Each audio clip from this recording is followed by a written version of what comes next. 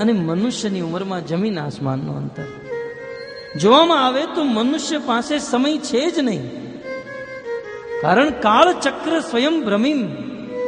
આ કાળનું ચક્ર એવું ચક્ર છે, આખી દુનિયા મળીને પણ જો એને રોકવાનો પ્રયાસ કરે છતાં રૂકે નહીં. અને આવો અદ્ભુત દિવ્ય અમૂલ્ય કાળ આપણા હાથમાંથી જઈ રહ્યો છે. ભક્તો, કૃષ્ણ કહે છે કાળ ઉપર દ્રષ્ટિ કરો. આ મુનિઓ પ્રવચન આપી રહ્યા છે કે આજે આપણા સ્વજનો મર્યા છે, કાલે આપણે મરશું, પણ મરતા પહેલા જીવનને સવારી લેવું જોઈએ. આપણા હાથમાં આ અમૂલ્ય કાલ હાથમાંથી જઈ રહ્યો છે. ઘણી વાર લોકો એમ કહેતા હોય અમે ટાઈમ પાસ કરીએ છીએ. અમુક લોકો પત્તે રમતા હોય કે અન્ય અન્ય કાર્યોમાં આપણે કહીએ આ શું કરો છો? ટાઈમ પાસ કરીએ છીએ. વિચાર કરો, આપણે સમયને પાસ કરી રહ્યા છીએ કે સમય આપણને પાસ કરી રહ્યો છે? સમયને ગમે એટલો પકડી રાખવાનો પ્રયાસ કરો, આ રૂકશે નહીં. આ એક એવું ચક્ર છે જે સ્વયં ભ્રમી. અતઃ જીવનનો અમૂલ્ય સમય વ્યર્થ ન બગાડતા ભગવત ભજન, ભગવત ભક્તિમાં લગાડવો જોઈએ. ઘણી વાર આપણને મનમાં થાય હજુ તો જીવનમાં બહુ સમય બાકી છે, ભજન કરશું. આવો જ અહંકાર એકવાર ઇન્દ્રને થયો. ઇન્દ્રની ઈચ્છા થઈ કે હું સ્વર્ગ પ્રાપ્ત કરું, સ્વર્ગમાં બહુ સુંદર મહેલ બનાવું. જેવી આપણી પણ ઈચ્છા થાય ને, એક બંગલો બનાવવું, એમાં ઘર. ભાગવતમાં દ્રષ્ટાંત ઉંદર અને સર્પનું આપે છે. જ્યારે ઉંદર પોતાનું ઘર બનાવે ત્યારે એના ઘરમાં અનેકો દરવાજા છોડે. ખેતરમાં એક ખૂણેથી ઉંદર પોતાનું દર બનાવવાનું ચાલુ કરે, બીજા ખૂણે બહાર નીકળે. એના અનેક રસ્તા હોય, કારણ કે સર્પ પોતાની માટે ક્યારેય દર નથી બનાવતો, એ ઉંદરના દરમાં રહે છે. તો ઉંદર પ્લાન કરે કે હું અહીંયા એક રસ્તો છોડીશ, અહીંયા રસ્તો છોડીશ, સાપ અહીંયાથી આવશે તો અહીંયાથી નીકળી જઈશ. પ્લાન બનાવે. આપણે પણ આપણા જીવનમાં એ ઉંદર મહાશયની જેમ જ આટલા ધન કમાશું, અહીંયા એક મકાન લેશું, અહીંયા જગ્યા લેશું, અહીંયા બેડરૂમ, અહીંયા ડ્રોઈંગ રૂમ, અહીંયા કિચન, અને પ્લાન પ્લાન પ્લાન કરતા કરતા જેમ મૂષક મહાશય, જેમ ઉંદર પ્લાન કરતો હોય, અહીંયા દર છોડીશ, અહીંયા રસ્તો છોડીશ, અહીંયા છોડીશ, અને જેવો દરમાંથી બહાર નીકળે, બહાર સાપ બેઠો હોય, અને બહાર નીકળતાની સાથે જ સર્પ એને ગ્રસિત કરી લે. એવી જ રીતે આપણું આખું જીવન પ્લાનમાં વીતે છે. રાત દિવસ પ્લાન કરીએ, આમ કરશું, આમ કરશું, આમ કરશું, પણ એક દિવસ ક્રૂર કાળ એવો ધક્કો મારે કે પ્રાણ છૂટી જાય, મૃત્યુનો દિવસ આવી જાય, અને જીવનમાં સત્કાર્યથી વંચિત રહી જાય. અત મૃત્યુ આવતા પહેલા મૃત્યુને સવારી લેવું જોઈએ. દેવરાજ ઇન્દ્રને મનમાં ભ્રમ થયો. એમના ગુરુએ એમને લોમસ ઋષિ પાસે મોકલ્યા. ઇન્દ્ર લોમસ ઋષિ પાસે આવ્યા. આ લોમસ ઋષિનું નામ લોમસ શા માટે થયું? કે છે આ ઋષિ મુનિના શરીર ઉપર અનેક રૂંવાટી હતી, અને અનેકો રૂંવાટી હોવાને કારણે અપભ્રંશ ભાષામાં લોમસ થઈ ગયું. રોમસની બદલે લોમસ થઈ ગયું. ઇન્દ્ર લોમસ ઋષિ પાસે આવ્યા. ઘાસના પૂળાની છાયામાં લોમસ ઋષિ ભગવાનનું ભજન કરી રહ્યા હતા. જ્યારે સૂર્ય આ બાજુ આવે તો ઘાસના પૂળાની આ બાજુના છાયા આવીને બેસી જાય. ઇન્દ્રએ કીધું, મહારાજ કમસે કમ એક ઝૂંપડી તો બનાવી લો, તો શાંતિથી ભજન થાય, ભક્તિ થાય. લોમસ ઋષિ કહેવાય જીવવું છે ઓછા દિવસ, જીવન મળ્યું છે થોડા દિવસો માટે, એમાં શું ઝૂંપડી બનાવી અને શું એમાં રહેવું? ઇન્દ્રને મનમાં જિજ્ઞાસા થઈ, તમારું જીવન બહુ ઓછું છે, જરા મને કહો તમારે કેટલું જીવવાનું છે? 10 દિવસ, 15 દિવસ? લોમસ ઋષિ કે, ઇન્દ્ર તું મારા શરીર ઉપર રૂંવાટી જોઈ રહ્યો છે?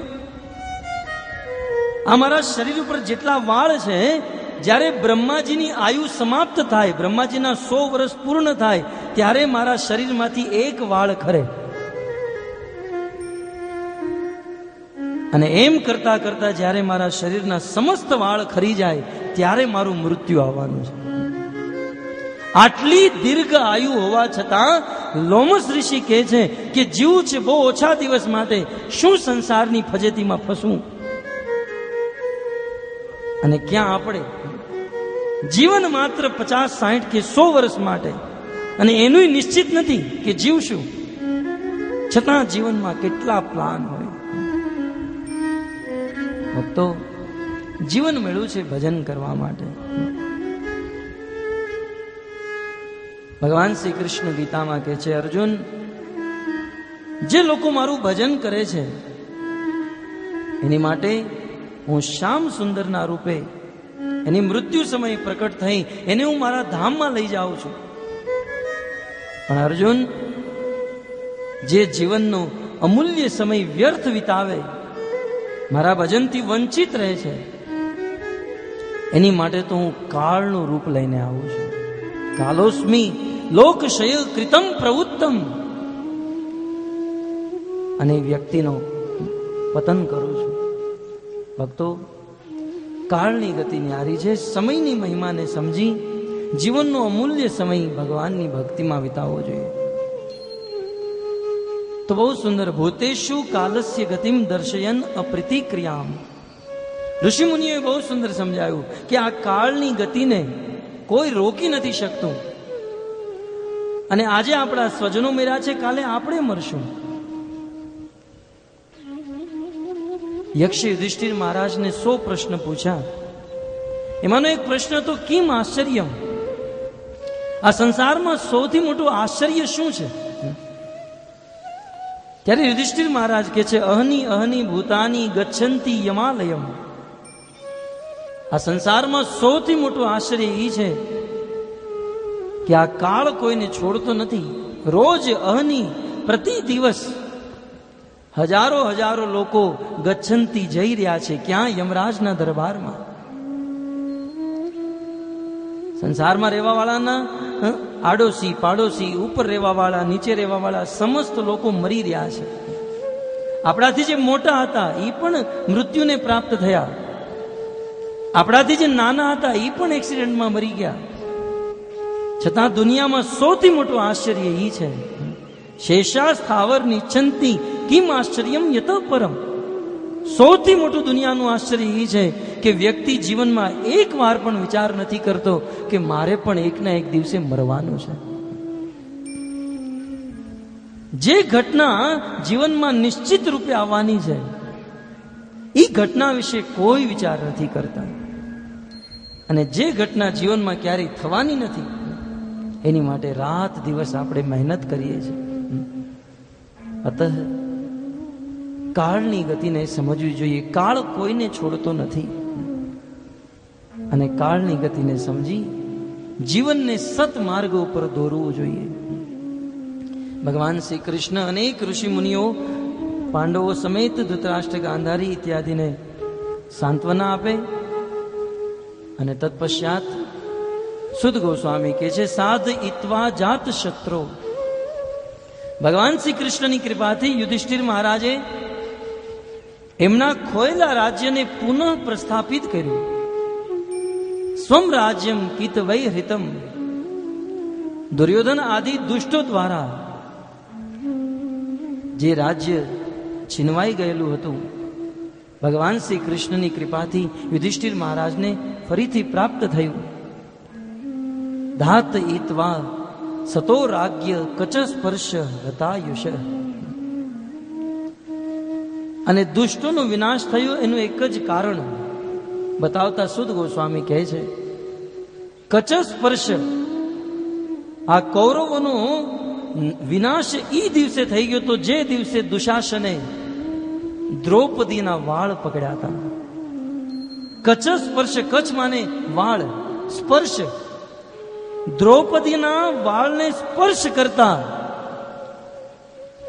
કૌરવોની આયુ હરણ થઈ ગઈ, આયુ નષ્ટ થઈ ગઈ. સુદ ગોસ્વામી કહે છે, સંસારમાં સ્ત્રીઓનું સન્માન હોવું જોઈએ, અને જે સમાજમાં સ્ત્રીઓનું સન્માન નથી, સમાજનું પતન નિશ્ચિત છે. અને પર સ્ત્રીને સ્પર્શ કરવાથી વ્યક્તિની આયુ નષ્ટ થઈ જાય છે, સિદ્ધાંત સ્થાપિત થાય. કૌરવોનું મૃત્યુ થયું. ભગવાન શ્રી કૃષ્ણે પાંડવોને રાજ્ય પ્રદાન કર્યું. યાજયિત્વા અશ્વમેઘે, ભગવાન શ્રી કૃષ્ણએ યુધિષ્ઠિર મહારાજને 3 અશ્વમેઘ યજ્ઞ કરાવ્યા. ત્રિભી ઉત્તમ કલ્પકે, બહુ સુંદર અશ્વમેઘ કહેવાય છે. તદ યશમ પાવનમ દીક્ષુ શતમન્યો ઇવ વાતનોત. આ અશ્વમેઘ યજ્ઞ કરવાથી યુધિષ્ઠિર મહારાજની કીર્તિ દેવરાજ ઇન્દ્ર સમાન અમર થઈ ગઈ. કહેવાય છે આ 3 અશ્વમેઘ દેવરાજ ઇન્દ્રના 100 અશ્વમેઘ સામે, એક બાજુ દેવરાજ ઇન્દ્રના 100 અશ્વમેઘ અને એક બાજુ યુધિષ્ઠિર મહારાજના 3 અશ્વમેઘ, બંને સમાન. અદ્ભુત અશ્વમેઘ યજ્ઞ કરાવ્યા. અને ભગવાન શ્રી કૃષ્ણએ જોયું, હવે યુધિષ્ઠિર મહારાજ રાજા થઈ ગયા છે અને બધા શોકથી મુક્ત થઈ ગયા છે. હવે હસ્તિનાપુરમાં સ્થિતિ બહુ સુંદર થઈ ગઈ છે. કૃષ્ણએ વિચાર કર્યો, હવે અહીંયા મારું કંઈ કામ નથી. અને સાથે સાથે કૃષ્ણને હવે ઘરની યાદ આવી છે. કૃષ્ણે વિચાર કર્યો, ઘણા દિવસ થયા હું ઘરેથી નીકળ્યો છું, હવે મારે દ્વારિકા પાછું ફરવું જોઈએ. અને આજે ભગવાન શ્રી કૃષ્ણને એમની પત્નીઓ પટરાણીઓની યાદ આવી છે. સત્યભામા, રૂકમણી, કેમ યાદ ના આવે? આ સંસારમાં એક સાધારણ પતિ ઘરેથી નીકળ્યો હોય અને ઘરેથી નીકળતા 5 દિવસ 10 દિવસ થયા હોય તો તરત ફોન આવે, ઘરની યાદ આવે. પત્નીને ફોન કરે, કેમ છો, મજામાં? તમારી યાદ આવે છે. છોકરાઓની યાદ આવે છે. જે છોકરાઓમાં કાંઈ લેવાનું ન હોય, કોઈ પ્રેમ ન હોય, માત્ર સ્વાર્થ હોય, છતાં પણ 10-15 દિવસ પછી ઘરે રહેવા વાળા પત્ની અને છોકરાઓની યાદ આવે. સંસારમાં સાધારણ લોકોની જો આ સ્થિતિ હોય એ તો ભગવાન છે. અને ભગવાનને શુદ્ધ પ્રેમ કરવા વાળી રૂકમણી આદિ એમની પત્નીઓ છે, કેમ યાદ ના આવે? અને એક બે નહીં, 16,108 પત્ની, એક પત્નીના 10 પુત્ર અને એક પુત્રી. ભગવાન શ્રી કૃષ્ણનું કેટલો મોટો પરિવાર. કૃષ્ણને આમ તો અનેકો વાર યાદ આવતી, પણ યુધિષ્ઠિર મહારાજ એમને રોકતા કે તમે નહીં જાઓ. પણ હવે તો જોયું કે બધું બરાબર થઈ ગયું, સ્થિતિ સુધરી ગઈ છે. ભગવાન શ્રી કૃષ્ણ, યુધિષ્ઠિર મહારાજ, અર્જુન, પાંડવોની અનુમતિ લઈ હસ્તિનાપુરથી દ્વારકા જવા માટે તૈયાર થયા છે. સુદ ગોસ્વામી કહે છે, આમંત્ર્ય પાંડુપુત્રાંશ, પાંડુપુત્ર પાંડવોના આમંત્રિત ની અનુમતિ લઈ ભગવાન શ્રી કૃષ્ણ આજે દ્વારિકા જવા માટે રથ ઉપર સવાર થઈ ચૂક્યા છે. શયનયો ઉદ્ધવ સંયુક્ત એકલા નથી જઈ રહ્યા. ભગવાન શ્રી કૃષ્ણ સાથે શયનય, સાત્યકી અને ઉદ્ધવ આ બંને રથ ઉપર વિરાજમાન છે. દ્વેપાયન આદિભી વિપ્રે, અને એ સમયે ભગવાન શ્રી કૃષ્ણને વિદાય આપવા માટે દ્વૈપાયન સાક્ષાત વેદ વ્યાસજી ત્યાં આવ્યા છે. આ પાછળ જે ફોટો છે એમાં દર્શન કરી શકો. ભગવાન શ્રી કૃષ્ણ રથ ઉપર બિરાજમાન છે, વેદ વ્યાસજી વિદાય આપી રહ્યા છે. અનેક વિપ્રે બ્રાહ્મણો ભગવાનને વિદાય આપી છે, પૂજિતે પ્રતિપૂજિત. અને આ બધા બ્રાહ્મણો ભગવાનની પૂજા કરે છે વાણીથી, હાથોથી.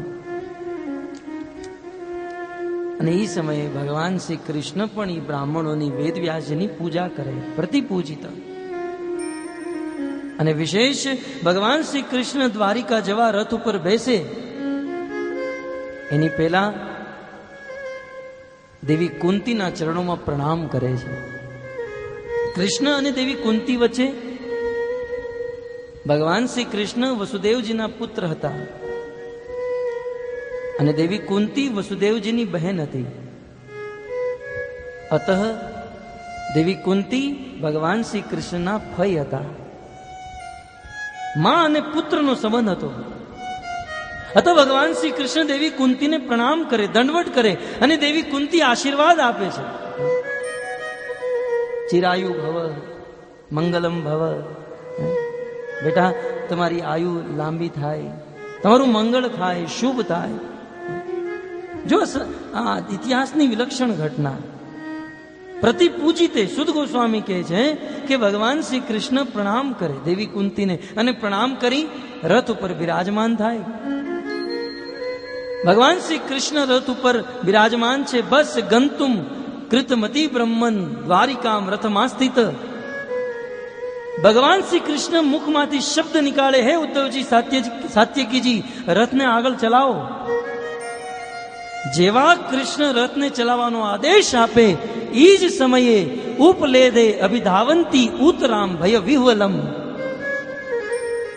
એ રથ જેવો ચાલે એ જ સમયે અભિમન્યુની પત્ની ઉતરા દોડતી દોડતી કૃષ્ણ પાસે આવી અને દેવી ઉતરા કૃષ્ણના ચરણોમાં પડી ગઈ. કારણ એ હતું, એ સમયે દેવી ઉતરા ગર્ભવતી હતી. અર્જુન પુત્ર અભિમન્યુની પત્ની ઉતરા ગર્ભવતી હતી. એના ગર્ભમાં એક સંતાન હતું અને દેવી ઉતરાએ જોયું કે એક બ્રહ્માસ્ત્ર મારી ઓર આવી રહ્યું છે. હવે પ્રશ્ન થાય કે આ સંસારમાં એક બંદૂકમાંથી ગોળી નીકળી હોય અને ગોળી જો આપણી પાસે આવી રહી હોય, આપણે એને જોઈ ન શકીએ. સાધારણ ગોળીને જો આપણે ન જોઈ શકતા હોય તો બ્રહ્માસ્ત્રને કેવી રીતે જોઈ શકાય? પણ સંતો કહે છે ઉત્તરા ભગવાનની મહાન ભક્ત હતી અને જે ભક્ત હોય એની દ્રષ્ટિ અતિ સૂક્ષ્મ હોય. ભક્તિની દ્રષ્ટિથી ઉત્તરાએ જોઈ લીધું કે એક બ્રહ્માસ્ત્ર આવી રહ્યું છે અને એ બ્રહ્માસ્ત્રથી રક્ષા પ્રાપ્ત કરવા માટે દેવી ઉત્તરા ભયભીત થઈ, વિહ્વલ થઈ, દુઃખી થઈ, દોડતી દોડતી ભગવાન શ્રી કૃષ્ણ પાસે આવે અને કૃષ્ણના ચરણોમાં પડી જાય. ઉત્તરા વાચ પાહી પાહી મહાયોગી દેવ દેવ જગતપતે. હે જગતપતિ, પાહી મામ, મારી રક્ષા કરો, રક્ષા કરો. હવે કૃષ્ણ દ્વારિકા જવા માટે નીકળી ચૂક્યા હતા, પણ એવી ઉત્તરા આવી, કૃષ્ણએ રથને ઉભો રાખ્યો છે. કૃષ્ણ રથ ઉપર જ બેઠા છે અને ઉત્તરા કહે છે મારી રક્ષા કરો, પાહી પાહી. એક શબ્દ બે વાર, અર્થાત ઉત્તરાએ વારંવાર કીધું તમે મારી રક્ષા કરો, રક્ષા કરો. બે શ્લોકમાં દેવી ઉત્તરા ભગવાન શ્રી કૃષ્ણને 6 સંબોધન આપે અને 6 સંબોધન આપતા સાબિત કરે કે હે કૃષ્ણ, તમે સાક્ષાત ભગવાન છો, ષડ ઐશ્વર્ય પૂર્ણ છો. હે મહાયોગી, એક સંબોધન આપતા કહે છે કે આપ યોગી ના પણ યોગી છો, મહાયોગી છો. કારણ કે સંસારના યોગીઓ તો સાધારણ ચમત્કાર બતાવે, પણ પ્રભુ આજે તમારે સાધારણ ચમત્કાર નથી બતાવવાનો. આજે મારા જીવનમાં એક વિલક્ષણ ઘડી આવી ચૂકી છે. આજે તમારે એક સાથે 2 વિરુદ્ધ કાર્ય કરવાના છે. એક તો બ્રહ્માસ્ત્રને મારી પાસે આવતા અટકાવવાનું છે અને મારા પુત્રની મારી રક્ષા કરવાની છે. અને માત્ર તમે જ કરી શકો, તો કારણ કે તમે મહાયોગી છો. હે દેવાધિદેવ, તમે દેવતાઓના પણ દેવ છો. સમસ્ત દેવતાઓ દ્વારા તમે પૂજિત છો, આરાધિત છો.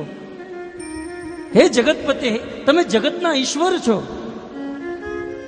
હે જગતના સ્વામી, હે દેવતાઓના પણ દેવ, હે મહાયોગી, પાહી પાહી, તમે મારી રક્ષા કરો, મારી રક્ષા કરો. શું થયું ઉત્તરા? પ્રભુ, આ બ્રહ્માસ્ત્ર મારી ઓર આવી રહ્યું છે. ત્યારે માનો ભગવાન એમ કે ઉત્તરા દેવી, તમે આ બ્રહ્માસ્ત્રથી રક્ષા લેવા માટે મારી પાસે શા માટે આવો છો?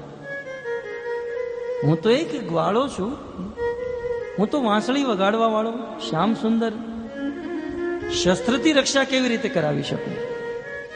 તમારા દાદાઓ ઉભા છે, 5 પાંડવો ઉભા છે, યુધિષ્ઠિર, ભીમ, અર્જુન, નકુલ, સહદેવ, અને હમણાં જ તાજેતરમાં કુરુક્ષેત્રની ભૂમિમાં વિજયી થઈને આવ્યા છે. અનુભવી, એક્સપિરિયન્સ વાળા યોદ્ધાઓ ઉભા છે, અને તમે મારી પાસે આવો છો. ત્યારે દેવી ઉત્તરાએ બહુ સુંદર વાત કરી. હે કૃષ્ણ, નાન્યં ત્વપ અભયમ પશ્યે યત્ર મૃત્યુ પરસ્પરમ. પ્રભુ, આજે પાંડવો ઉભા છે ને, આ પાંડવોને જો કહેવામાં આવે કે તમારે 1 મિનિટમાં 10,000 લોકોને મારવાના છે, મને વિશ્વાસ છે કે 1 મિનિટમાં હજારો લોકોને મારી નાખશે, મારી શકશે. પણ પ્રભુ, આ પાંડવો યત્ર મૃત્યુ પરસ્પરમ, અન્ય લોકોને મારી શકે પણ મરેલા લોકોને જીવિત ન કરી શકે. મરેલાને જીવિત કરવાનું કામ તો માત્ર તમારું છે. અતઃ તમે મારી રક્ષા કરો, તમે મને અભય પ્રદાન કરો. બહુ સુંદર વાત કરી દેવી ઉત્તરાએ. આપણે પણ જોઈએ છે ને સંસારમાં, રોજ પેપરમાં તમે વાંચતા હશો, આજે આટલા મરી ગયા, આતંકવાદીએ આટલાઓને મારી નાખ્યા, આજે બસની દુર્ઘટનામાં આટલા મરી ગયા. પણ ક્યારે એવું સાંભળ્યું કે આ દુનિયામાં એક વ્યક્તિ મરી ગયો તો શમશાનમાં લઈ ગયા, અને જેવી ચિતામાં આગ લગાડવામાં આવી એની પહેલા કોઈ વ્યક્તિ ત્યાં પહોંચ્યો ને એને જીવિત કરી દીધો? ક્યારે? સંસારમાં લોકો એકબીજાને મારી શકે, પણ મરેલાને જીવિત કરવાનું કાર્ય તો માત્ર ભગવાન કૃષ્ણ જ કરી શકે. અને જે મૃત વ્યક્તિને પણ જીવિત કરી શકે એને ભગવાન કહેવામાં આવે. ઇતિહાસ સાક્ષી છે, એક નહીં હજારો દ્રષ્ટાંત. સમુદ્ર મંથન પ્રસંગમાં અનેક અસુરો, દેવતાઓ મૃત્યુને પ્રાપ્ત થઈ ગયા. ભગવાન શ્રી વિષ્ણુની દ્રષ્ટિથી સમસ્ત દેવતાઓ, અસુરો જીવિત થઈ ગયા. ભાગવતમાં ભગવાન શ્રી કૃષ્ણ સાંદીપની મુનિના આશ્રમમાં વિદ્યા પ્રાપ્ત કરવા જાય. 64 દિવસમાં 64 શિક્ષા ગ્રહણ કરે. ગુરુદેવને નિવેદન કરે, ગુરુ દક્ષિણામાં શું આપું? ત્યારે ગુરુ માતાએ એટલું જ કીધું, મારા પુત્રની મૃત્યુ થઈ ગયું છે, જવાનીમાં જ નિધન થઈ ગયું છે. કૃષ્ણ, જો તમારે ગુરુ દક્ષિણામાં કાંઈ આપવું હોય તો મારા મરેલા પુત્રને પાછો લાવી આપો. આ દુનિયાની કોઈ તાકાત મરેલા વ્યક્તિને ફરીથી જીવિત ન કરી શકે. આ સંસારના બધા ડોક્ટરો મળીને પણ જે વ્યક્તિ મરણાસન અવસ્થામાં છે, મરવા જઈ રહ્યો છે, એને એની મૃત્યુથી 1 મિનિટ પણ વધારે જીવાડી પણ ન શકે, તો મરેલાને જીવિત કરવાની વાત તો દૂર રહી. પણ જ્યારે ગુરુ પત્નીએ આજ્ઞા આપી, ગુરુ માતાએ કીધું મારા મૃત પુત્રને લાવી આપો. ભગવાન શ્રી કૃષ્ણે પ્રસ્તાવ સ્વીકાર કરે, સમુદ્રમાં જાય પણ મળે નહીં. યમરાજજી પાસે જાય.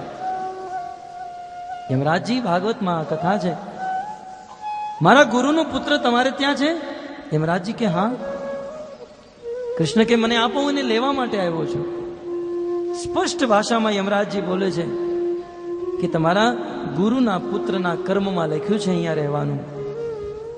પણ ભગવાન કે છે ભલે એના કર્મમાં લખ્યું હોય, પણ હું ઈચ્છા કરું છું, અતઃ તમે મને પાછો આપો. યમરાજજી કહે છે પ્રભુ, યદ્યપિ આ સાંદીપની નંદનના જીવનમાં મૃત્યુ લખ્યું છે, પણ તમે એને લેવા માટે આવ્યા છો, માટે હું તમને પ્રદાન કરું છું. ભગવાન શ્રી કૃષ્ણ એમનો હાથ પકડીને લાવ્યા, સાંદીપની મુનિના ચરણોમાં પ્રદાન કર્યો, મરેલા પુત્રને જીવિત કર્યો. અનેકો વાર અતઃ દેવી ઉત્તરા કહી રહી છે પ્રભુ, સંસારમાં અભય પ્રદાન કરવા વાળા માત્ર આપ છો, અતઃ તમે મારી રક્ષા કરો. માનો ભગવાન શ્રી કૃષ્ણ કહે, ઉત્તરા, તમારા પતિ તો આ સંસારમાં રહ્યા નથી, અભિમન્યુનું તો મૃત્યુ થઈ ગયું છે, અને પતિ વગર પત્નીને આ સંસારમાં જીવવાનો કોઈ લાભ નથી. આ સંસારમાં સ્ત્રીના જીવનમાં સૌથી મોટું દુઃખ પતિનો વિરહ. પતિનું નિધન થઈ જાય પછી પત્નીનું કઈ કામ રહેતું નથી. જીવ બિનું દેહ નદી બિન વારી, એસે હી નાથ પતિ બિન નારી. દેવી સીતા, જેમ પાણી વગર નદી કઈ કામની નથી, પ્રાણ વગર આ શરીર કઈ કામનું નથી, એમ પતિ વગર પત્ની કઈ કામની નથી રહેતી. દેવી ઉત્તરા, તમારા પતિ આ સંસારમાં નથી તો તમારે આ સંસારમાં જીવવાથી શું ફાયદો છે? તમે પણ મરી જાઓ. ત્યારે દેવી ઉત્તરા બહુ સુંદર કહે છે કે હે કૃષ્ણ, હું મરી જાઉં મને કોઈ અફસોસ નથી, હું તો મરવા માટે તૈયાર છું. અભી દ્રવતી મામીશ શરસ્તત પાયસો વિભો. હે વિભો, આ બ્રહ્માસ્ત્ર મને ભલે સળગાવી દે. અભી દ્રવતી, હે ઈશ્વર, હું ભલે સળગીને ભસ્મ થઈ જાઉં, કારણ કે હું આ દુનિયામાં રહું નહીં રહું મને કોઈ ફરક નથી પડતો. પણ કૃષ્ણ, તમારા ચરણોમાં એક જ વિનંતી છે, એક જ નિવેદન છે. કામમ દહતુ મામનાથ મામે ગર્ભો નિપાત્યતામ. હું ભલે મરી જાઉં પણ મારા ગર્ભમાં જે સંતાન છે એની ઉપર એક ખરોચ પણ ના આવી જોઈએ. તમારા ચરણોમાં હું પ્રાર્થના કરું છું. આર્ય વર્ષની નારી ભક્તો ભગવાનના ચરણોમાં પ્રાર્થના કરે, હું ભલે મરી જાઉં પણ મારા ગર્ભના સંતાનને કાંઈ ન થવું જોઈએ. નારી સમાજ માટે એક બહુ સુંદર આદર્શ સ્થાપિત કરે છે. જ્યાં આજે વર્તમાનમાં કળયુગની મહિલાઓ કામ ને વશમાં થઈ ગર્ભ ધારણ કરે અને પછી ડોક્ટરો પાસે જઈ ગર્ભપાત કરાવે છે. શ્રીમદ ભાગવત કહે, ગર્ભપાત કરો સંસારનું સૌથી મોટું પાપ છે અને આ પાપથી કોઈ બચી નહીં શકે. એક જીવની હત્યા છે. આજનું વિજ્ઞાન શાસ્ત્ર કરતા બહુ પાછળ છે. આજના વૈજ્ઞાનિકો કહે છે કે જ્યાં સુધી ગર્ભવતી મહિલા 3 મહિનાની ન થાય ત્યાં સુધી એના ગર્ભમાં જીવ નથી આવતો. અત ગર્ભવતી મહિલા 3 મહિનાની થાય એની પહેલા એ ગર્ભપાત કરાવી શકે. આવું વિજ્ઞાન કહે છે, ડોક્ટરો કહે છે, પણ ગલત. ભગવાન કપિલદેવ સાંખ્ય શાસ્ત્રનો ઉપદેશ આપતા માતા દેવહૂતિને કહે છે કે જે દિવસે કોઈ પુરુષ ગર્ભાધાન કરે એ જ દિવસે આત્મા એ સ્ત્રીના ગર્ભમાં પ્રવેશ કરી જાય છે. એનું સ્વરૂપ બહુ નાનું હોય, ધીરે ધીરે વધે, પણ એમાં જીવાત્મા નિશ્ચિત હોય છે. અત એની રક્ષા થવી જોઈએ. જે બાળકની રક્ષા થવી જોઈએ એ બાળકને આજે લોકો મારી રહ્યા છે.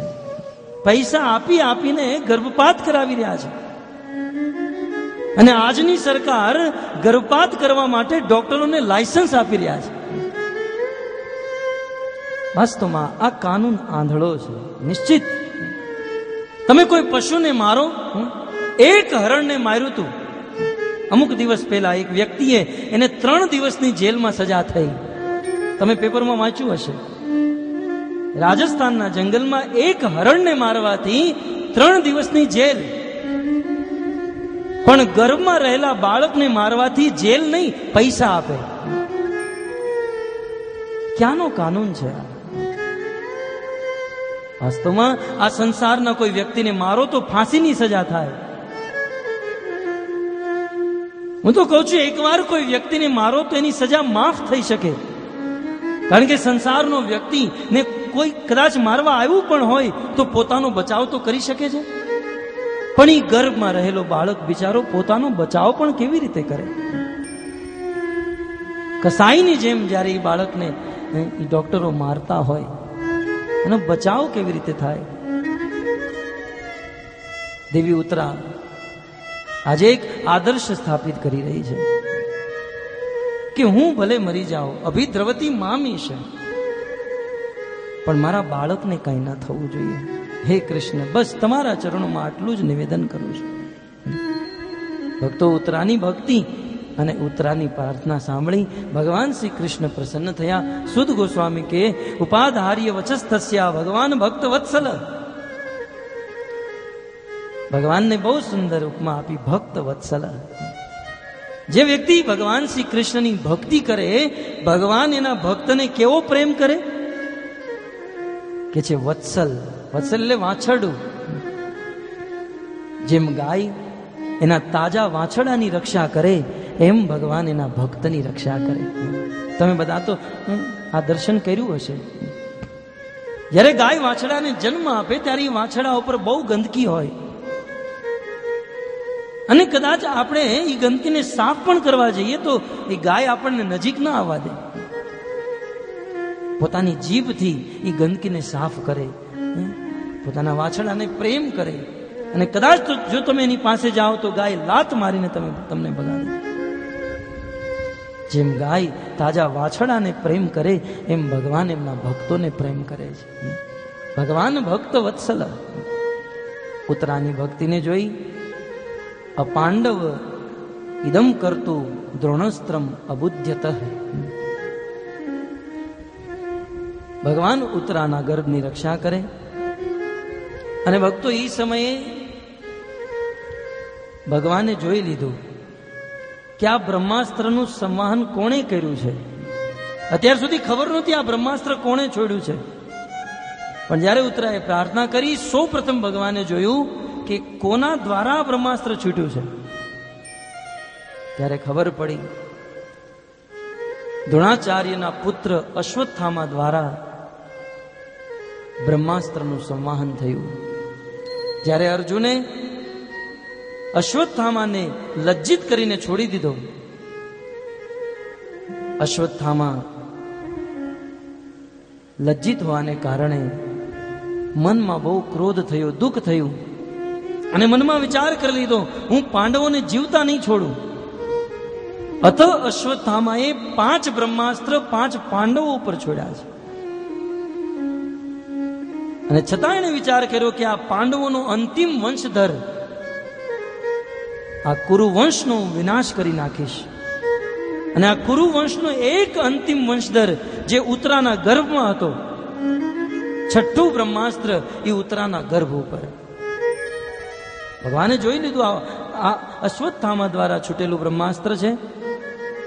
તરહે વાથ મુનિ શ્રેષ્ઠ પાંડવા પંચ સાયકાન આત્મનો અભિમુખાંદી તપ્તાન લક્ષા. પાંડવોએ જોયું કે 5 બ્રહ્માસ્ત્ર અમારી ઓર આવી રહ્યા છે. એ સમયે પાંડવોએ પોતાના હાથમાં ધનુષ ધારણ કર્યા કે અમે બ્રહ્માસ્ત્રથી અમારી રક્ષા કરીએ. પણ અશ્વત્થામાના બ્રહ્માસ્ત્રથી પાંડવો પોતાનું રક્ષણ ન કરી શક્યા. અતઃ વ્યસનમ વીક્ષ્ય તત્તેષામ, પોતાના ભક્તોની ઉપર દુઃખ જોઈ, ઉત્તરાનું પણ દુઃખ જોયું, પાંડવોનું પણ દુઃખ જોયું. અને પાંડવ અને ઉત્તરાના દુઃખને શું શબ્દ આપી રહ્યા છે કે છે વ્યસનમ. ભક્તો, આ વ્યસન શબ્દ જે છે સંસ્કૃત શબ્દ છે. વ્યસન શબ્દનો અર્થ થાય દુઃખ. વ્યસનમ વીક્ષ્ય, પાંડવોના અને ઉત્તરાના દુઃખને ભગવાને જોઈ લીધું. કારણ કે આપણા જીવનમાં પણ આ શબ્દ રોજ લાગુ પડે છે. એટલે એક નાની એવી દ્રષ્ટિ, આપણા જીવનમાં પણ કંઈક વ્યસન છે. અમુકને ચાનું વ્યસન, કોફીનું વ્યસન, માવાનું વ્યસન. પણ વ્યસનનો સીધો અર્થ છે દુઃખ.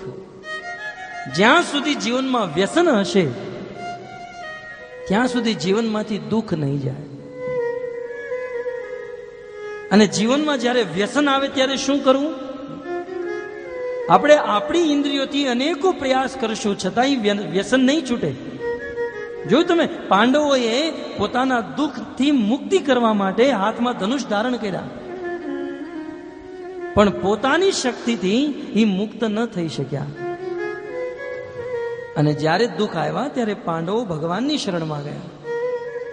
જ્યારે જીવનમાં વ્યસન હોય, દુઃખ હોય, અને ભગવાનની શરણ ગ્રહણ કરીએ તો ભગવાનની કૃપાથી નિશ્ચિત આપણે એ વ્યસન, એ દુઃખથી મુક્ત થઈ શકીએ.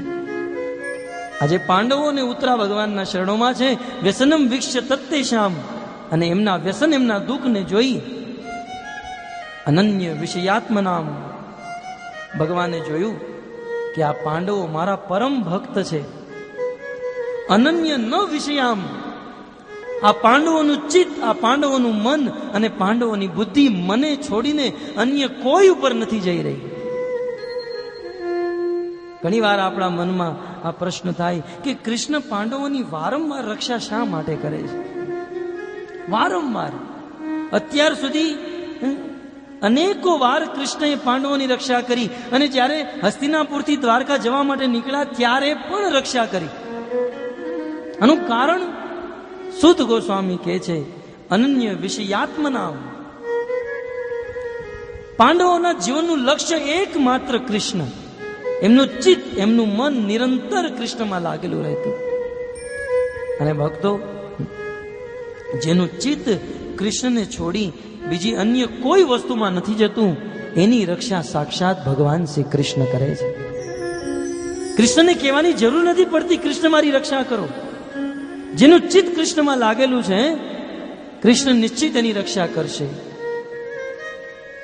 સુદર્શનેન સ્વ અસ્ત્રેણ સ્વાનામ રક્ષા વ્યધાત વિભુ. ભગવાન વિભુએ એ જ સમયે અશ્વત્થામાના બ્રહ્માસ્ત્રથી રક્ષા કરવા માટે પોતાના હાથમાં સુદર્શન ચક્ર ધારણ કર્યું.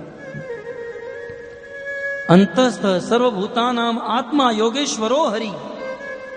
સુદર્શન ચક્રને આદેશ આપી દીધો કે આ અશ્વત્થામાના બ્રહ્માસ્ત્રથી રક્ષા કરો. અને છતાં ભગવાનનું મન ભરાણું નહીં.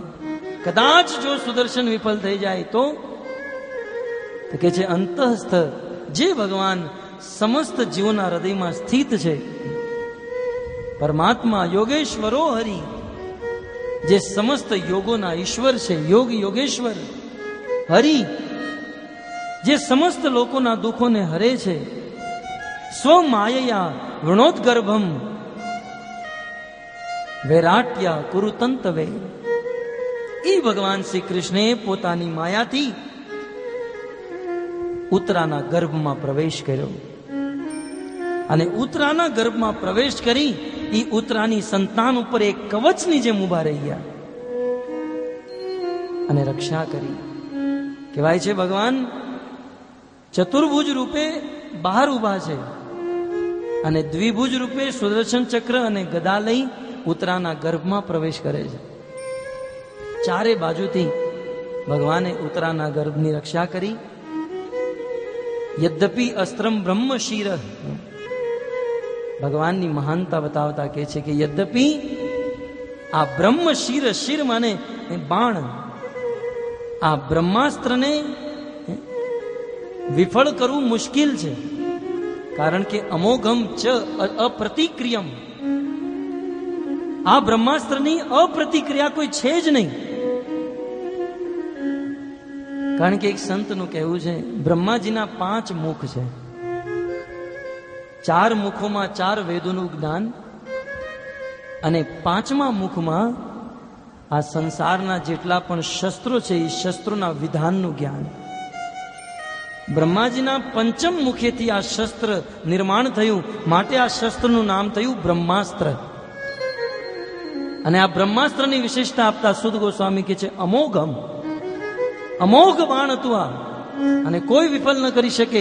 અપ્રતિક્રિયમ, આની પ્રતિક્રિયા કોઈ નથી. પણ વૈષ્ણવમ તેજ આસાદ્ય સમશામ્યદ ભૃગુદ્વહ.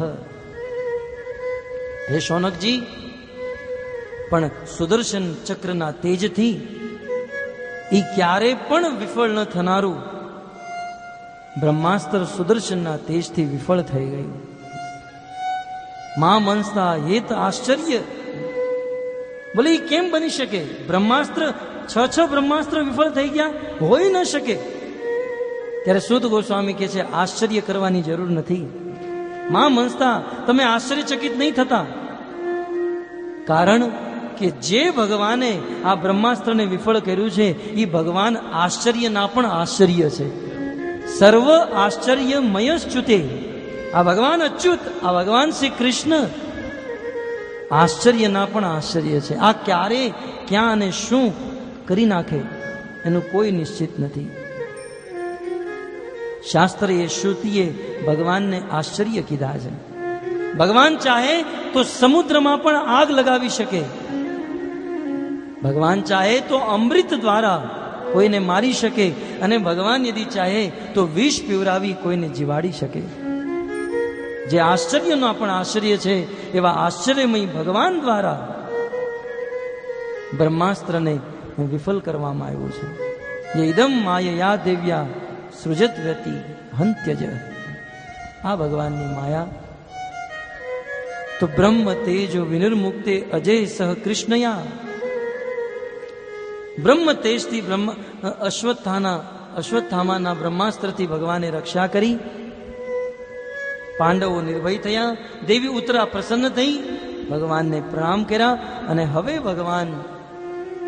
ભગવાને કીધું, હવે હું નીકળું, હવે તમારી રક્ષા થઈ ગઈ, હવે દ્વારિકા જવું છે. અને ઘણી વાર લાગી ગઈ મને નીકળતા.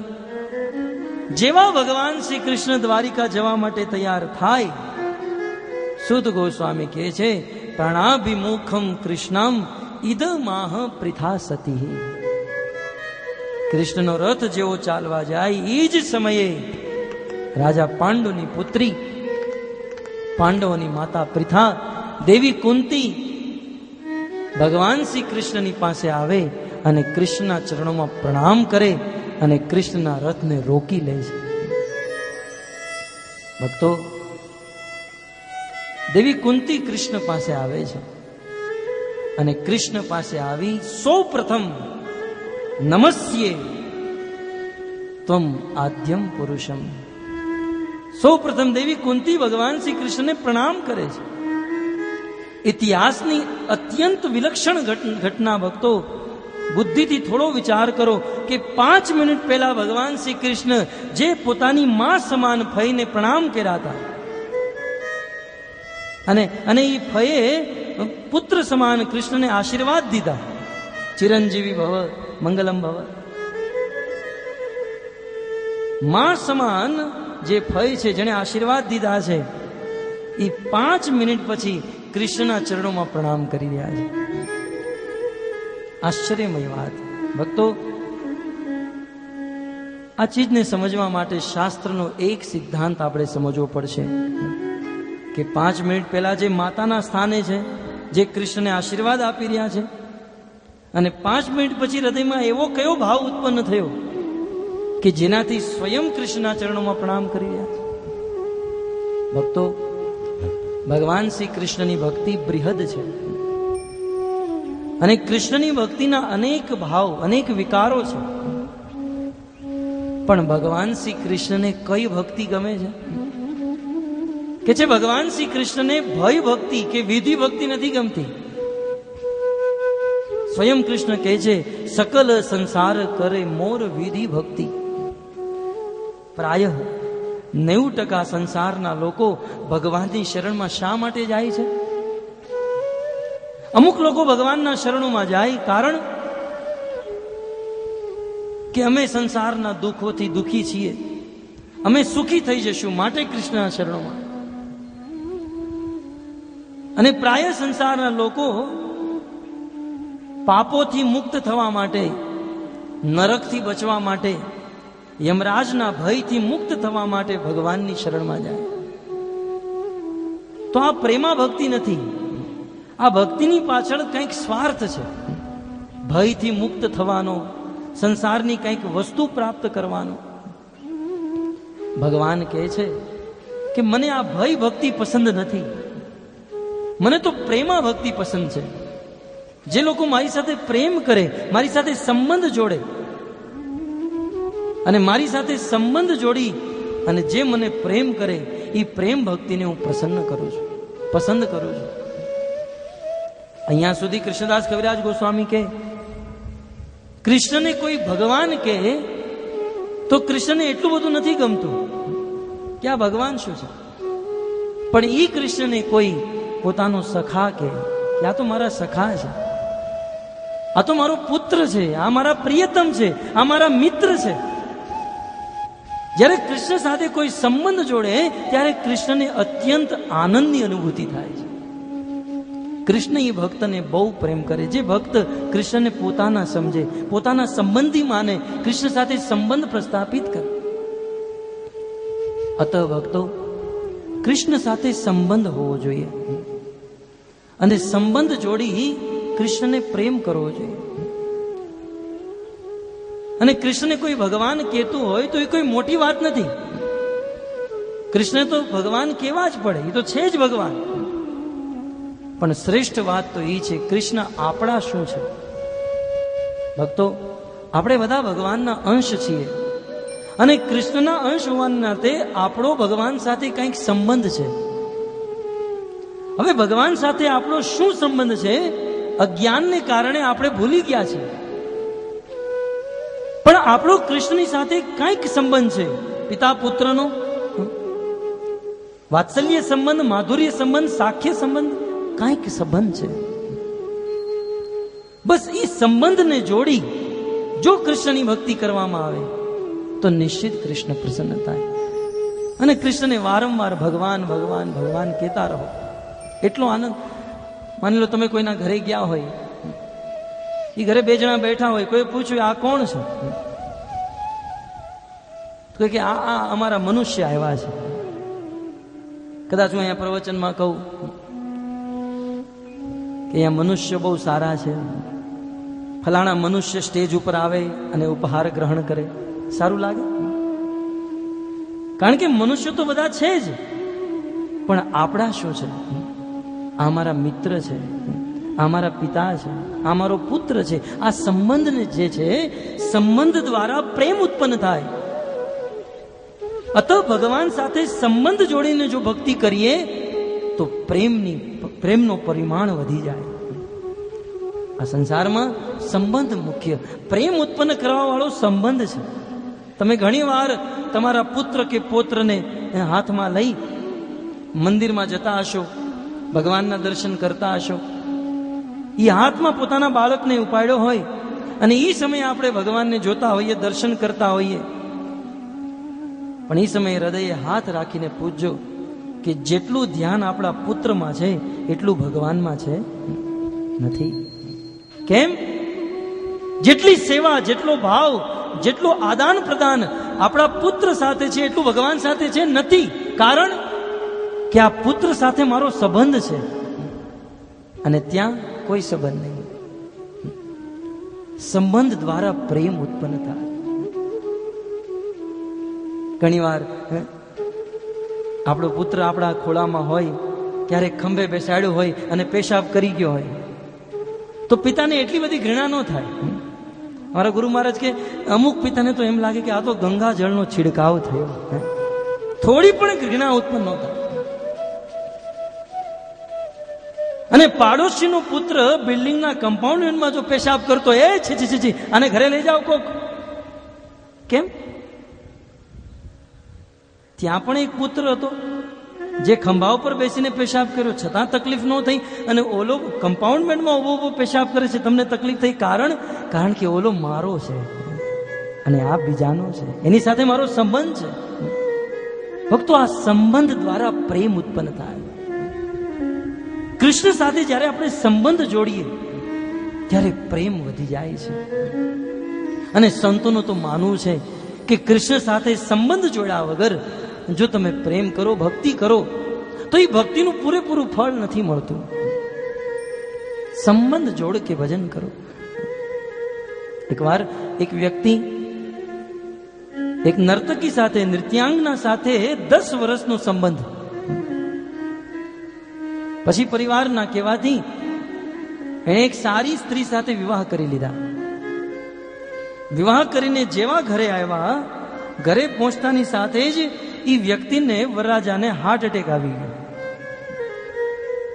હજી વિવાહ કરીને ઘરે આવ્યા છે, હજી પૂરેપૂરું પત્નીએ એના પતિનું મોઢું પણ નથી જોયું, અને ઘરે પહોંચતા જ એને હાર્ટ એટેક આવ્યો અને એ જગ્યાએ એની મૃત્યુ થઈ ગઈ. દુઃખ તો થયું,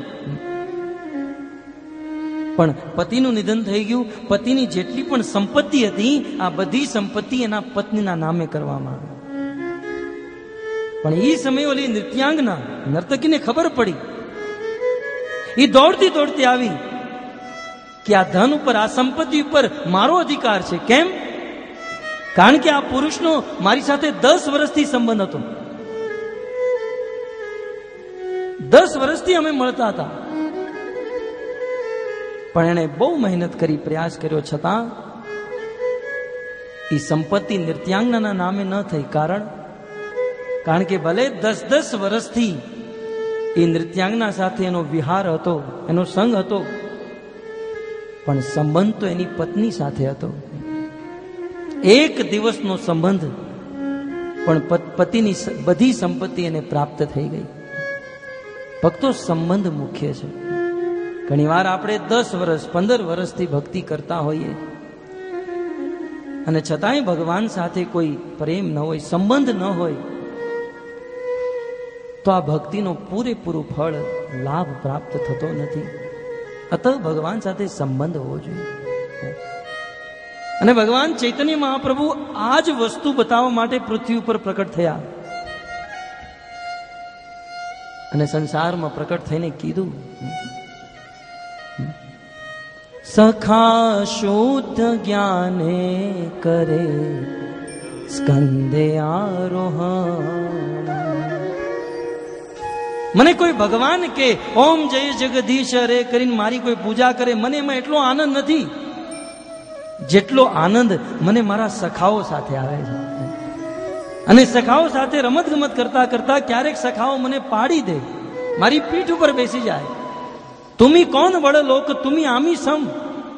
કૃષ્ણ, જ્યારે કૃષ્ણ અને એમના સખાઓ રમતા હતા અને રમવામાં એક શરત હોતી હતી કે જે પક્ષ હારી જાય એને ઘોડો બનવાનું અને જે જીતી જાય એની ઘોડાની પીઠ ઉપર બેસવાનું અને અમુક અડધો કિલોમીટર ચાલવાનું. અને લગભગ ભગવાન શ્રી કૃષ્ણ હારી જતા.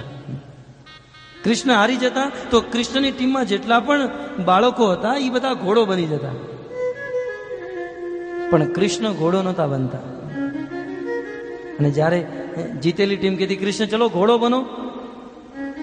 કૃષ્ણ કે હું કેમ બનું, હું તો રાજાનો પુત્ર છું. રાજાના પુત્ર કઈ ઘોડા બને? ત્યારે સખાઓ કહેતા, તું રાજાનો પુત્ર તારા ઘરે, અહીંયા તો અમારો મિત્ર છો. તારે જો અમારી સાથે રમવું હોય તો ઘોડો બનવું પડશે. અને જ્યારે એના સખાઓ કૃષ્ણને આવી રીતે આદાન પ્રદાન કરતા ત્યારે કૃષ્ણને અત્યંત આનંદ આવતો. કૃષ્ણ કહે છે, પ્રિયા યદિ માન કરે કરે ન ભત્સન, વેદ સ્તુતિ હતે હરે મોર મન. અરે જ્યારે મારી પ્રિયા, મારી પ્રિયતમ રાધા કે અન્ય ગોપીઓ મને પોતાનો પ્રેમી માને અને પ્રેમી માની ક્યારેક ક્યારેક મારી ભત્સના પણ કરી દે. અરે વ્રજમાં રહેવા વાળી ગોપીઓ ક્યારેક ક્યારેક મને ગાળો પણ આપી દે, પણ એ વ્રજવાસીઓની ગાળોમાં જે આનંદ છે એ આનંદ તો બ્રહ્માજીની સ્તુતિમાં પણ મને નથી આવતો. વેદોની સ્તુતિમાં એ આનંદ નથી જે આનંદ મારા સંબંધી, મારા પ્રેમી ભક્તોની ગાળોમાં છે. ભગવાન ચાહે છે કે આપણે એની સાથે સંબંધ જોડીએ. कृष्ण चाहते हैं कि हम उसे अपना मित्र बनाए, उसे अपना प्रियतम बनाए, उसे अपना पुत्र बनाए. बहुत सुंदर कीधुं. माता यदि पुत्र भावे करे न ताड़न, अतिहीन ज्ञाने करे लालन पालन. कोई मां बने અને મુજ કૃષ્ણની લડ્ડુ ગોપાલની સેવા કરે, રોજ સ્નાન કરાવે, આરતી કરે, પૂજા કરે, કૃષ્ણને અત્યંત આનંદ આવે. યશોદા મૈયા રોજ કૃષ્ણને સ્નાન કરાવે, કૃષ્ણને બહુ સુંદર શ્રૃંગાર કરે, અલંકાર પહેરાવે. આ સંબંધ, આ પ્રેમમાં કૃષ્ણને અત્યંત આનંદનો આસ્વાદન થાય છે. ભક્તો, સંબંધ હોવો જોઈએ ભગવાન સાથે. અને બ્રજના જેટલા પણ ભક્તો છે, ઇતિહાસમાં જેટલા પણ ભક્તો થઈ ગયા, ભગવાનની સાથે કાંઈક સંબંધ. પણ ભક્તો, શ્રી રૂપ ગોસ્વામી ભક્તિ રસામૃત સિંધુમાં વર્ણન કરે છે, ભગવાન સાથે પ્રેમ કરવા વાળા અનેક ભક્તો જે ભગવાન સાથે સંબંધ જોડીને પ્રેમ કરે છે, પણ એમાંય બે કેટેગરી છે. અમુક ભગવાન સાથે સંબંધ જોડીને જે પ્રેમ કરતા હોય એ ભક્તો ક્યારેક ક્યારેક ભગવાન પોતાનું ઐશ્વર્ય બતાવે ત્યારે એ સંબંધ ભૂલી જાય અને એ તે ભગવાનને ભગવાન માનવા માંડે. ઓમ જય જગદીશ હરે. એક પ્રકારના ભક્તો એવા છે કે ભગવાનને પોતાના સંબંધી માને છે, પણ કૃષ્ણ થોડું પણ ઐશ્વર્ય પ્રકટ કરે તો એ સંબંધ તુચ્છ થઈ જાય અને ઐશ્વર્ય વધી જાય, ભગવત્તા વધી જાય. પણ અમુક ભક્તો એવા છે કે કૃષ્ણ ગમે એટલું ઐશ્વર્ય બતાવે, ગમે એટલા પરાક્રમો કરે, પણ કૃષ્ણ તો અમારો પુત્ર છે. આ બંને પ્રકારના ભક્તો,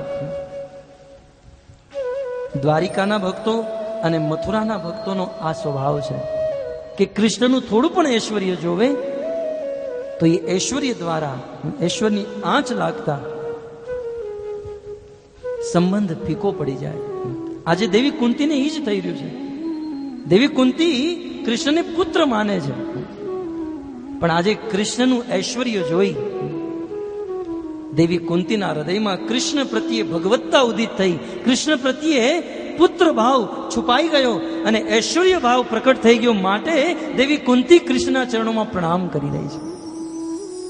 તમે ભગવદ્ ગીતામાં પણ જો, અર્જુને કૃષ્ણને કેટલા આદેશ દીધા. હે કૃષ્ણ, ગીતાના પ્રથમ અધ્યાયમાં સૈન્યોર ઉભયોર મધ્યે રથમ સ્થાપિત મેં અચ્યુત, અચ્યુત બંને સેનાઓની વચ્ચે મારો રથ લઈ જાઓ, ઓર્ડર. અને ક્યારેક ક્યારેક તો ભગવાન શ્રી કૃષ્ણ એ મહાભારતની કુરુક્ષેત્રની ભૂમિમાં રથ ચલાવતા હતા અને એ સમયે અર્જુન જ્યારે લગાતાર બાણનો પ્રહાર કરતા હતા ત્યારે કૃષ્ણને કેવું હતું કે તમે રથ જમણી બાજુ લો, ડાબી બાજુ લો. જ્યારે બોલવામાં અસમર્થ રહેતા ત્યારે અર્જુન કૃષ્ણને પગ મારી દેતા અને પગ દ્વારા કૃષ્ણને લાત મારીને કહેતા જમણી બાજુ, કૃષ્ણ ડાબી બાજુ. અર્જુન આખી રાત એ યુદ્ધમાં શિબિરમાં સૂતા હતા, પણ કૃષ્ણ આખી રાત જાગતા, એ ઘોડાના ધ્યાન રાખે, ઘોડાઓને પાણી પીવરાવે, ઘાસ ખવડાવે. પણ ભક્તો, જ્યારે કુરુક્ષેત્રની ભૂમિમાં ભગવાન શ્રી કૃષ્ણએ અર્જુનને વિરાટ સ્વરૂપનું દર્શન કરાયું. અત્યાર સુધી અર્જુન કૃષ્ણને મિત્ર માને છે, બંને વચ્ચે સંબંધ છે, ભક્તિ, પ્રેમ. પણ જ્યારે કૃષ્ણએ વિરાટ સ્વરૂપનું દર્શન કરાયું, એ પ્રેમ, એ જે મિત્રતાનો ભાવ હતો એ ફીકો પડી ગયો અને અર્જુને બંને હાથ જોડી દીધા. અને બંને હાથ જોડી અર્જુન અફસોસ કરે છે કે હે કૃષ્ણ, મારાથી બહુ મોટી ભૂલ થઈ ગઈ, મારાથી અપરાધ થઈ ગયો, મેં તમારાથી શું શું નથી કરાયું. સખેતિ મત્વા પ્રસભમ સંયુક્તમ હે કૃષ્ણ હે યાદવ હે સખેતિ અજાનતા મહિમાનમ તવેદમ મયા પ્રમાદા પ્રણયેન વાપી. કૃષ્ણનું ઐશ્વર્ય જોતા, વિરાટ સ્વરૂપ જોતા અર્જુન ઝૂકી ગયા, બંને હાથ જોડી કૃષ્ણના ચરણોમાં પ્રણામ કરવા માંડ્યા. હે કૃષ્ણ, મને ક્ષમા કરી દો, મેં અજાણતામાં મેં તમને મારા સખા કીધા, યદુ કીધા, મેં તમારું અપમાન કર્યું, ઘણી વાર અવહેલના કરી, તમે મને ક્ષમા કરી. પિતાસી લોકસ્ય ચરાચરસ્ય, આજે મને ખબર પડી તમે કોણ છો. ભક્તો, આમ ભગવાન શ્રી કૃષ્ણ જેટલા સંબંધીઓ છે, પ્રેમી ભક્તો છે, તો દ્વારિકા અને મથુરાના ભક્તોમાં જ્યારે ભગવાન પોતાનું પરાક્રમ પ્રકટ કરે ત્યારે એ માધુર્ય ભાવ ફીકો બની જાય. પણ બ્રજના ભક્તોમાં ભગવાન શ્રી કૃષ્ણ ગમે એટલું ઐશ્વર્ય બતાવે. આવો વૃંદાવનમાં 6 દિવસની ઉંમરમાં કૃષ્ણએ પૂતના જેવી રાક્ષસીને મારી નાખી. પણ રાક્ષસીને માર્યા બાદ એ બધો શ્રેય ભગવાન વિષ્ણુને ગયો. કે આ તો અમારો બાળક બચી ગયો. એ વિષ્ણુની કૃપાથી. ભગવાન શ્રી કૃષ્ણ યશોદા મૈયાને મુખમાં વિરાટ સ્વરૂપ બતાવે. જ્યારે કૃષ્ણએ માટી ખાધી